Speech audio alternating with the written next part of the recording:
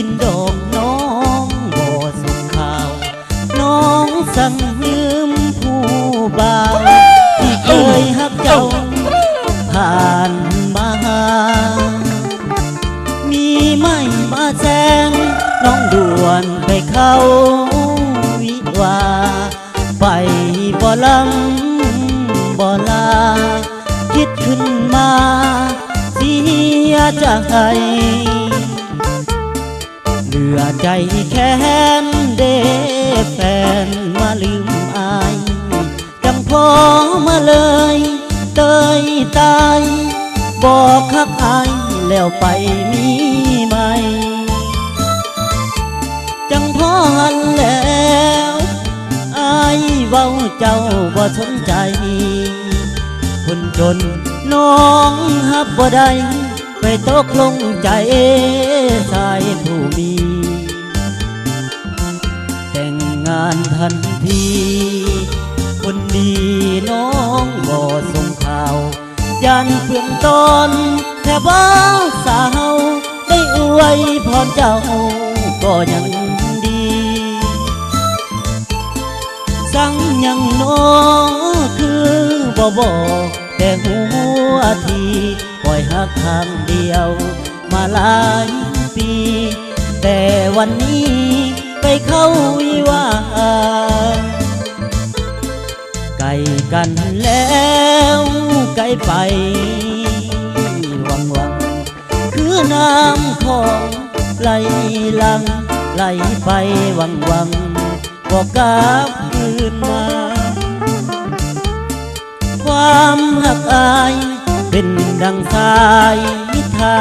ลาบ่นึกเลยโซสตาต้องกลับมาเป็นเสือสิ้นลาย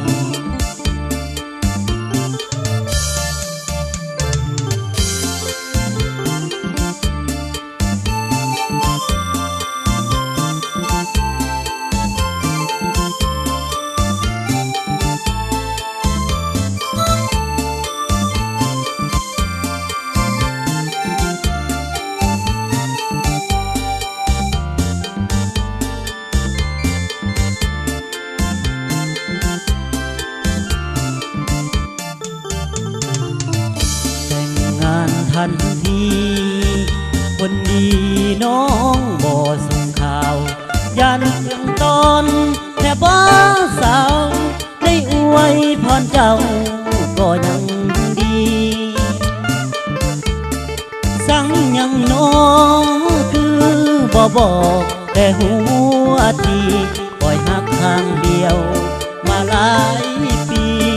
แต่วันนี้ไปเข้าวิวาไกลกันแล้วไกลไปวังคือน้ำของไหลหลังไหลไปวังบอกกลับคืนมาความหักอายเป็นดังสายทาลาบ่นึกเลยโซสตาต้องกลับมาเป็นเสือสิ้นลาย